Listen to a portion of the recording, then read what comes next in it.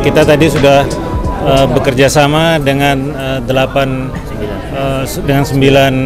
perusahaan, di mana mereka akan berkolaborasi dengan Kukmi untuk mempersiapkan UKM yang lebih mumpuni. Karena UKM ini bukan sekedar naik kelas, karena kita tidak tahu dari kelas mana naik ke kelas mana. Kita tidak ada tolak ukurnya. UKM naik kelas itu sampai kelas berapa? Yang jelas kita perlukan UKM yang mumpuni, yang mampu berdaya saing tinggi dan kompetitif di era digital seperti ini.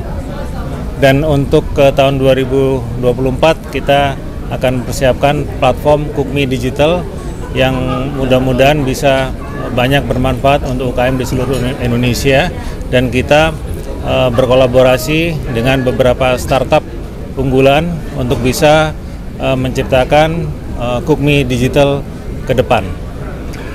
Seperti apa Pak produk digitalnya?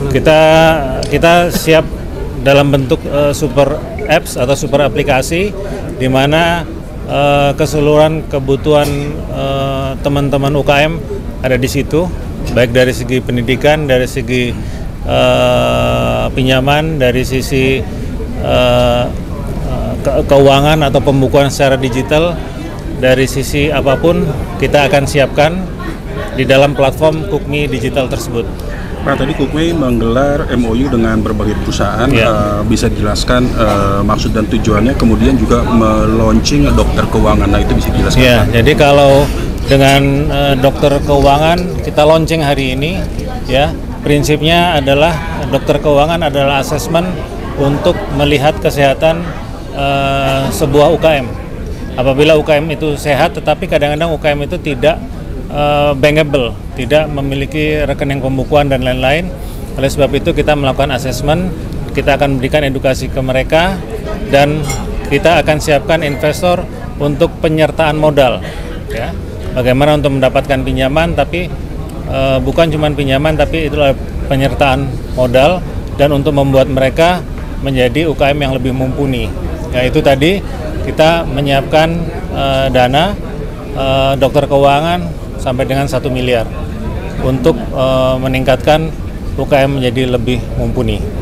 Banyak hal, kalau dari tahun ini dan sampai tahun depan banyak hal yang menjadi perbincangan di permasalahan di dalam UKM.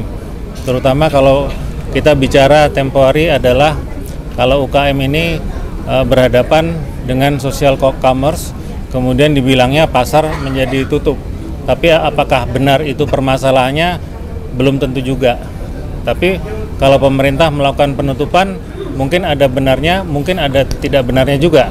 Penutupan itu karena mungkin hal seperti TikTok Shop dan lain-lain itu mungkin servernya tidak di Indonesia, banyak hal-hal yang tidak comply, sehingga data-data pelanggan di Indonesia bisa diperjualbelikan di luar negeri.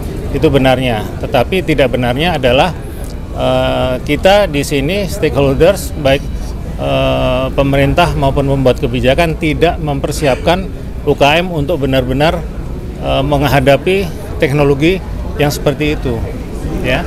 Karena ternyata yang dijual adalah produk-produk impor, bukan produk yang UKM, ya, yang sehingga itu akan mematikan UKM juga. Kita akan membuat berkolaborasi dan bersinergi bahwa semua stakeholder bertindak dengan benar tanpa gagap mengambil keputusan.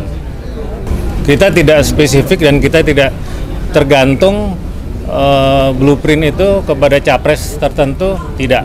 Tapi kita memang mempersiapkan sebuah roadmap, sebuah blueprint yang akan kita tawarkan kepada siapapun nanti capres yang menjadi pemimpin Indonesia. Sangat banyak, terutama kalau kita melihat pada masa COVID, ya, kita berharap sekarang ini sudah pulih, tapi ternyata juga belum pulih sepenuhnya. Jadi banyak UKM masih mundur dan jalan di tempat, tapi ada juga yang maju. Kita harus melihat mana yang maju, mana yang jalan di tempat, mana yang mundur, dan kita harus mempelajari situasinya sebaik mungkin apa sebabnya, dan kita menyusun roadmap dan perencanaan yang bagus. Jelajahi cara baru mendapatkan informasi. Download Metro TV Extend sekarang.